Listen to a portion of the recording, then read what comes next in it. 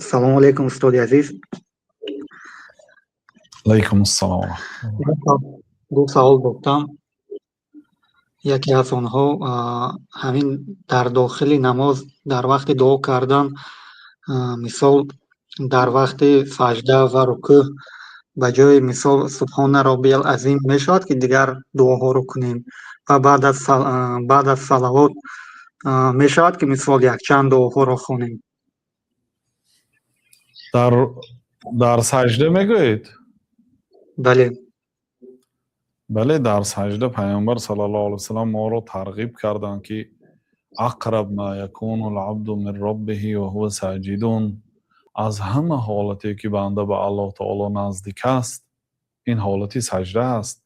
فاکثروا الدعاء، دعا رو بسیار کنید. فانه قمین ان یستجاب لکم، بسیار نزدیک است که دعای شما قبول شود. فقط مثلا امام که الله اکبر گفت، اگر در نماز جماعت باشید، حرف را که شنیدید الله اکبری، حرف آخری یعنی اکبر را که امام تلفظ کرد، شما باید الله اکبر گفته خیزید. یعنی تا همینجا میتونید دعا کنید در نماز فرض.